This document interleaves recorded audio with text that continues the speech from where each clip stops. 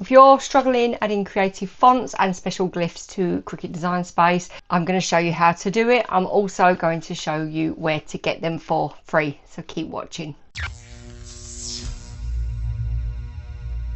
Hi, I'm Sarah. I'm the designer behind this channel and I'm here to help you get the best of your Cricut machine. And today we're looking at special fonts and glyphs. I'm going to show you where I get them. You can get them free, or there are some you can pay for.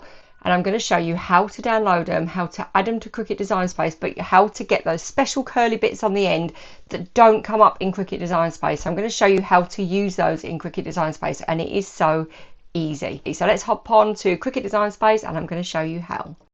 And here we are in font bundles. We're going to start here because we're going to get our font and we're going to download a free font. All the fonts that I'm scrolling through now are free. So I'll pop the link for this below. And we're looking for particularly ones with the glyphs on the end. And I'm going to go for this one. It's called Hanley Love.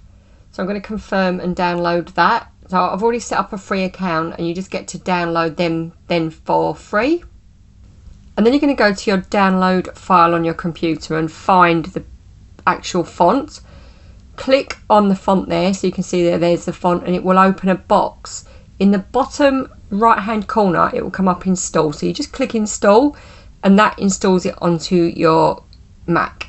And what that will do is when you open Cricut Design Space you will have the font there, but as you scroll down to the bottom of the font you'll get all these special glyphs and they don't upload. So we can add those, and that's how I'm going to show you what to do, and it is super easy. We're going to start back in Cricut Design Space, and what we're going to do is we're going to add happy birthday. So I'm going to get text and then I'm going to type my word, but I'm going to miss off the first and last letter, and you'll see why in a minute when we add our glyph.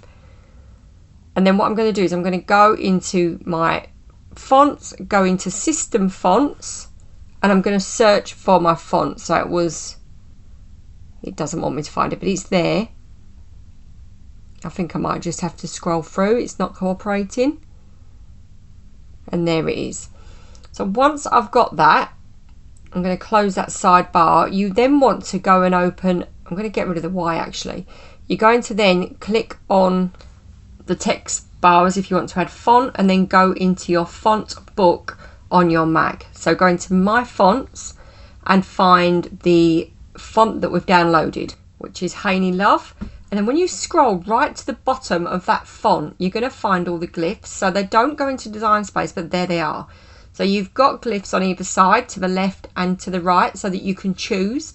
So you're going to add your text box, go back in and find your letter. So there's the H, and you're going to copy it, go back and paste it into your text box.